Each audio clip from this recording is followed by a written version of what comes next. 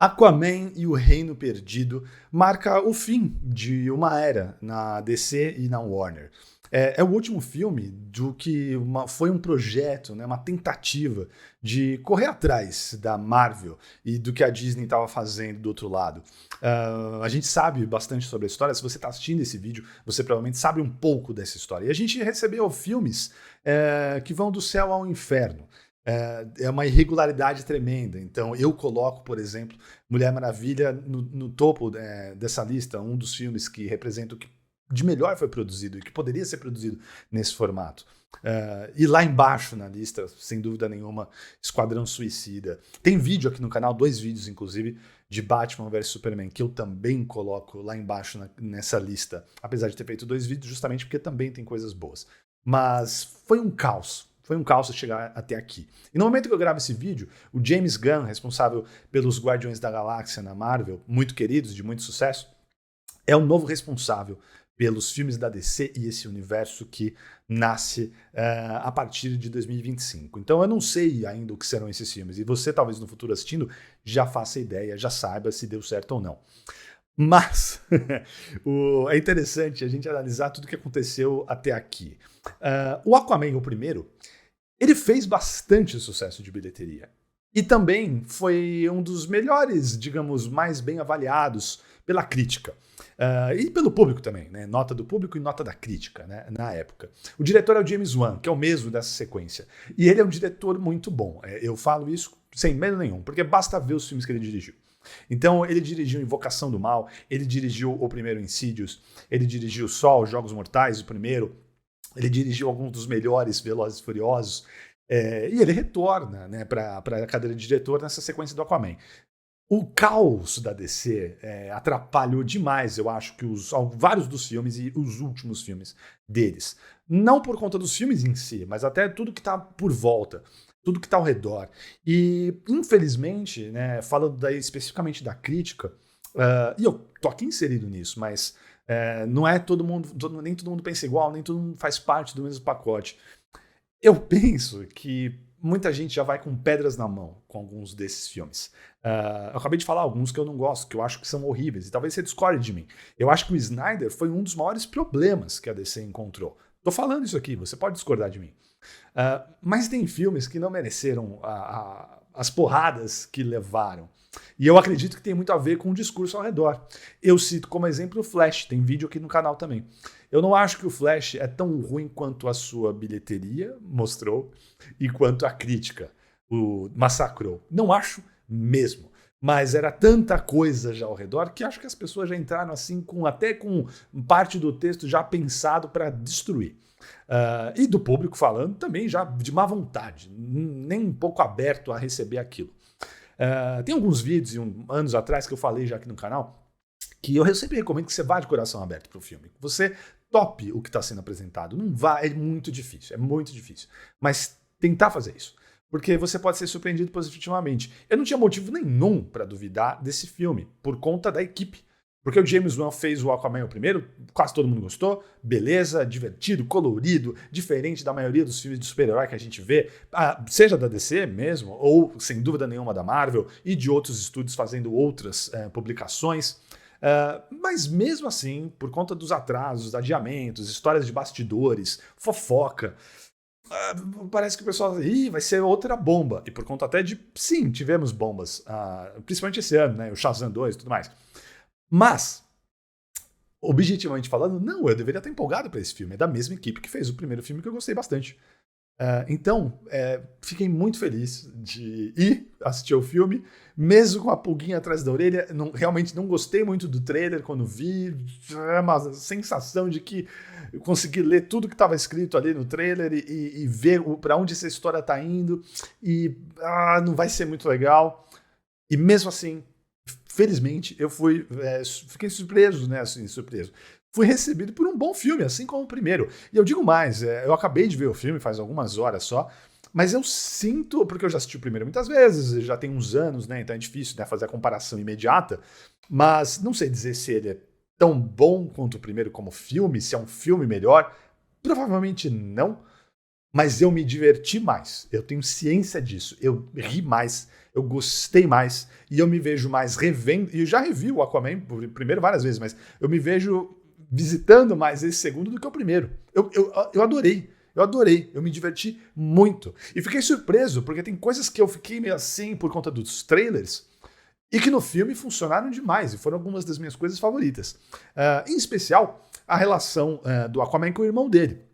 Eu sempre esqueço o nome do personagem, mas tudo bem. Interpretado pelo Patrick Wilson. Essa parceria, né, do Jason Momoa com o Patrick Wilson rende ótimos momentos ao longo do filme, né? Nem tudo que é de humor, especialmente no começo do filme, nos primeiros 20 minutos do filme, funciona. E aí também pode provocar, se você já estiver meio na defensiva com relação ao filme, pode já causar um efeito de, ih, caramba. Porque tem umas piadinhas lá que não funcionam mesmo. Mas tirando as piadas, visualmente, desde o começo do filme, ele é muito bonito e muito interessante. E eu fiquei pensando sobre umas coisas que, nos últimos tempos, né, por conta dos fracassos de bilheteria fracassos entre aspas, né? Os caras estão faturando centenas de milhões, mas, enfim, dado o investimento que eles têm, as expectativas, sim, foram fracassos. Da Marvel esse ano, da DC esse ano, de outros blockbusters, como, por exemplo, Indiana Jones 5. Mas o que esses filmes têm em comum? A falta de qualidade, a incoerência, porque a gente tem. É um ano que, novamente dizendo mais um vídeo, a gente retomou os números de bilheteria pré-pandêmicos esse ano. Então não é que as pessoas foram menos, tem inflação, tudo, mas não vamos complicar a matemática. Mas não é que as pessoas não estão indo. Não, a gente teve filmes passando da barreira de $1 bilhão novamente. Mas filmes bons. Filmes melhores, ou pelo menos mais divertidos, que abraçam a intenção dos personagens que foram inspirados. Por exemplo, o Super Mario Bros. Não é um grande filme. Mas desculpa, se você é fã do Mario e assiste aquele filme e não se divertiu, repense aí, vamos repensar algumas coisas, porque assim, é divertido demais. E aí a gente tem ótimos filmes que estarão no Oscar.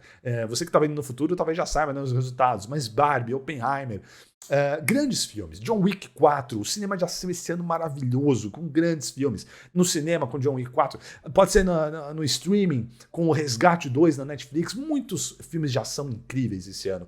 Tom Cruise com Nova Missão Impossível, sensacional. Uma pena que o Barbenheimer acabou roubando a bilheteria dele, ele não foi tão bem nas telas. Mas o filme existe, foi muito bem falado por todo mundo que assistiu praticamente e pela crítica também, mesmo não sendo o melhor. Mas tudo bem numa franquia tão boa. O problema é a qualidade. Eu acho que esse é o ponto. E esse Aquaman e o Reino Perdido, ele sabe o que ele é, assim como o primeiro filme. E ele dobra a aposta em muitas das coisas que funcionaram no primeiro filme. A leveza, o bom humor. De novo, passados os 20 minutos iniciais, que eu acho que é onde tem mais piadinhas que não colam muito, e talvez também, não é nem que elas não colam, talvez porque como era o começo do filme e eu ainda estava com algum certo preconceito e receio de que eu ia ver uma bomba, talvez por isso não tenha funcionado. Talvez na segunda vez eu vou assistir seja mais simpático. De todo modo, mais pra frente, sim, tem piadas que funcionam muito. E referências, e não gratuitas, assim. Mas eles fazem piada até com as comparações da Marvel. Eu não vou falar o que é, não vou dar spoiler aqui, mas tem piada com a Marvel. E tirando sarro deles mesmos. É maravilhoso, é muito bom, é divertido. E visualmente, assim como o primeiro filme, e pensando em todos os filmes que eu citei aqui, não todos, né, que eu não citei todos, mas os filmes dirigidos pelo James Wan, ele é um diretor muito que sabe muito bem o que faz, a decupagem, como ele dirige cenas de ação e como ele, junto com a equipe de arte e efeitos, cria visuais, assim, de novo, que vão até além do primeiro, que visualmente é muito legal. Então a gente tem lá um primeiro, uma coisa assim, falando desses filmes de quadrinho, e um personagem tão absurdo quanto o Aquaman, que durante muito tempo nem se acreditava que seria possível fazer um filme do Aquaman. O Aquaman era piada em entourage, né? Assim, como que vai fazer o Aquaman dar certo, né? E tal. Naquela ocasião com James Cameron eles fizeram. Mas, assim, é demais ver. No primeiro filme a gente tem um polvo que toca bateria e que visual, que coisa incrível, e fazer sentido. E você ri de diversão, não ri de ridículo. Você ri com o filme, não do filme. E nesse filme eles retomam, e tem um callback, uma piadinha com o polvo e o fato de tocar instrumento. As cenas são sempre assim, os planos são pensados, são marcantes, vários deles. A câmera não é colocada só plano contra plano, vamos lá, um esquema fabricação, pastelaria, tudo igual. Não. Tem um pensamento por trás de cada plano, tem um pensamento por trás de cada ator, de cada close, de cada iluminação, de cada peça de figurino. E o roteiro não é nenhuma das maravilhas. Como sempre, os pontos mais fracos e o que é mais fraco de atacar nesse filme vai ser pontos do roteiro. Mas esse filme tem tanta coisa contando ao seu favor que mesmo esses pontos mais fracos passa, assim, é perdoável, é perdoável. E mesmo assim tem coisas legais nesse filme, mesmo em termos de roteiro. As discussões que eles estão levantando, os temas, e é um blockbuster divertido com Jason Momoa como o Aquaman, uma comédia de dupla com o irmão dele que vira esse filme, que tem uma dinâmica muito divertida, mas ao mesmo tempo está levantando temas importantes, e a questão do meio ambiente, aquecimento global, e eu não sei se alguém mais novo vai assistir esse filme e pensar, nossa, que louco, né? Olha o que está acontecendo. Mas o filme tem essa preocupação. Ele não vai se aprofundar, né, e fazer um tratado a respeito daquilo. Mas tem uma questão, ele fala também um momento do roteiro, tá lá, são falas do roteiro, então o roteiro, assim, mesmo por maiores problemas que tenha, ou besteiras, ou coisinhas clichê, ou deslizes, também estava tentando fazer coisas interessantes, como, por exemplo, uma fala lá entre dois personagens sobre a divisão da sociedade. E queremos isso, os outros querem isso, e vão acabar se matando. E tocando o quê? Fazendo um comentário em cima da polarização que a gente vive no mundo hoje. No mundo, em diversos países, daí falando de uma maneira mais micro. Aqui no nosso, a gente sabe disso, lá nos Estados Unidos, enfim, duas grandes guerras aí, deflagradas agora no final de 2023, outra que já está completando um ano lá na Europa. E o filme tem algum comentário sobre isso, e eu acho isso muito interessante, é muito legal. O elenco, muito bom, basicamente o primeiro elenco do primeiro filme, o elenco do primeiro filme, com alguns acréscimos aqui e ali. Os dubladores também, que dublam criaturas do mar, são muito interessantes. Cada visual, cada lugar que eles vão, o escopo é maior do que no primeiro filme, especialmente lá no fundo do mar, e a gente passa tempo bastante com as novas locações. Então tem uma cidade meio de foras da lei, pirataria e tal, lá no fundo do mar, nesse filme, e a gente tem um momento assim, de poder ver, curtir um pouquinho aquele visual, aquela coisa. De novo, é um pouquinho clichê em termos de narrativa, mas uma cidade de forasteiros e bares e pessoas fora da lei. Isso acontece, é um clichê, ok. Mas eles fazem de uma maneira muito interessante dentro desse universo do Aquaman. E visualmente bacana. E aí entra uma sequência de ação que tem toda a inventividade que o James Wan traz para quase todos os seus filmes. E isso é muito legal. A trilha sonora também, por um dos membros do clã, Gregson Williams, né, eu nem sei, o Rupert, o Herbert, tem tantos Gregson Williams, mas enfim, é um deles, faz um trabalho legal, especialmente eu particularmente gosto muito quando tem os sintetizadores, tem um tema que entra quando tem um grande submarino, digamos assim, um submarino, e tem um tema que entra com sintetizadores, assim, muito legal quando eles fazem utilização dessa ferramenta, né, na trilha sonora, fica bem bacana e passa, assim, não é memorável, não tem um tema marcante, assim, mas tem vários momentos legais, assim, a trilha sonora funciona muito bem dentro do filme, empolga. Então eu fiquei muito feliz, assim, eu gostei bastante do filme, me diverti muito, dei muita risada. O James Wan também, por ser da escola do terror, e ele tem isso, até no primeiro Aquaman, quando a gente tem lá a cena da fossa, né, e que é quase um filme de terror, foi curioso porque eu assisti numa sessão cheia, a sessão de cabine de imprensa estava lotada, geralmente esses filmes grandes todos os jornalistas vão, né, enfim, seria legal se eles fossem também todos nos filmes mais alternativos, mas enfim, tava lotada a sala e no meu lado tinha uma moça e ela levou vários sustos durante o filme, eu achei muito engraçado, porque tem pessoas que são mais assustadas, né, assim, não é particularmente o meu caso, né, mas é curioso, porque daí eu falei, caramba, olha só, o James Wan pegando pessoas, né, assim, ela levou vários sustos, assim, eu me assustei mais com ela pulando do que com o filme, mas foi engraçado isso, perceber, mas também percebi algumas coisas e eu falei, caramba, nossa, esse visual que ele cria aqui, então tem uma cena que tem um animal sendo comido por outros animais, que é uma coisa meio, uma imagem bem pavorosa, digamos assim, e dependendo dos medos que você tem, das coisas assim bem íntimas da gente, mas eu também, sem dar spoilers, mas talvez seja algo que eu acho que muita gente vai ficar assim meio enojada e dependendo, talvez até com medo, assim, e tá num blockbuster isso, da Warner, da DC, Então, um tempero que o James Wan traz para o filme muito, muito interessante, de gore, de terror, assim. Gostei muito. Tem até muitas citações, inclusive, principalmente no terço final, visuais, assim, a Mordor e Senhor dos Anéis e tudo mais. E, assim, e pra mim, claramente é proposital. Assim, não tem nem. Não, é proposital. É porque é o James Wan, se fosse outro aí, eu poderia falar, tá só copiando. Não, acho que ele tá curtindo uma onda, fazendo certas homenagens e citações ao cinema que ele curte. E a gente tem isso ao longo do filme, né? É um filme de quem gosta de cinema, de cinéfilo. Eu adoro isso. A gente vê. Pode ser um cineasta iniciante, pode ser um cineasta mediano, pode ser um mestre como Scorsese, mas é muito gostoso ver quando um filme feito por alguém que gosta de cinema. E aí a gente vai ver essas referências, que não são coisas assim, feitas por comitê e colocadas de maneira gratuita para ter referências pop. Veja as referências. Não interessa as referências. É coisa mais sutil, é coisa assim, de uma conversa de cinéfilo. Olha aqui, eu faço cinema, James Wan, né? E eu sou fã desses filmes, eu cresci vendo esses filmes, sonhava em fazer uma cena assim, que nem aquele filme que eu amo. E a gente reconhece isso na tela. Isso é uma delícia. É muito bom.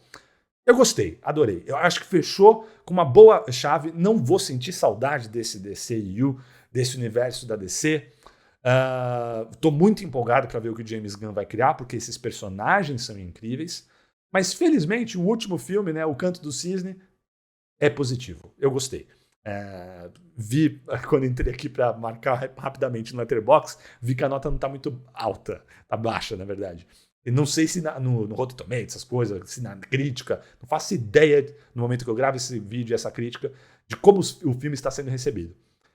Mas eu gostei do filme. É um bom filme, vale demais ser visto na telona. Eu vi em 3D, a cabine foi em 3D, uma cena ou outra ali que funciona. De novo, não tem 3D nenhum igual Avatar, né? Aquilo ali é uma coisa à parte. Muita grana e muito tempo para eles fazerem aquilo. Para quem é fã, acho que até funciona, mas se você não é fã, também fuja, não precisa ser em 3D. Não precisa pagar mais caro por isso. Mas tem algumas cenas que até é interessante, visual e tal, o fato de ter muita coisa na água e tal, até que funciona, mas eu não sou muito fã do 3D. Mas sem dúvida nenhuma, veja numa telona, porque o filme é lindo, visualmente lindo, sempre tem alguma coisa acontecendo, e a câmera do James Wan sempre sabe onde vai e jamais deixa a gente perdido com o que está acontecendo. E é um filme leve e bem-humorado. Foi uma boa experiência. Não sei nem se vai ser o último filme que eu vejo no cinema esse ano. Espero que não, porque eu espero ver mais filmes. Mas blockbuster, assim, provavelmente foi, né? Um dos últimos aí. E então, fechando de uma boa maneira. É isso, pessoal. Muito obrigado sempre pelo apoio de vocês. Deixe o joinha aí se você ainda não deixou. Se você curtiu, ajuda demais aqui o vídeo, o canal. Compartilha com alguém que você acha que pode curtir. Olha só, tem uma crítica aqui legal de alguém que curtiu o filme, não sei. Ou olha só que babaca, esse cara não sabe nada que tá falando. Compartilha pro bem ou pro mal, sempre ajuda. E é isso, pessoal. Muito obrigado sempre. Boas festas. Falando aqui de 2023, né? Porque vai que, né, a gente não se vê em outro momento aqui nesse ano ainda. Se você está vendo no futuro, sempre tem alguma festa para desejar boas festas. E é isso, pessoal. Muito obrigado e a gente se vê no próximo vídeo. Um grande abraço e até mais.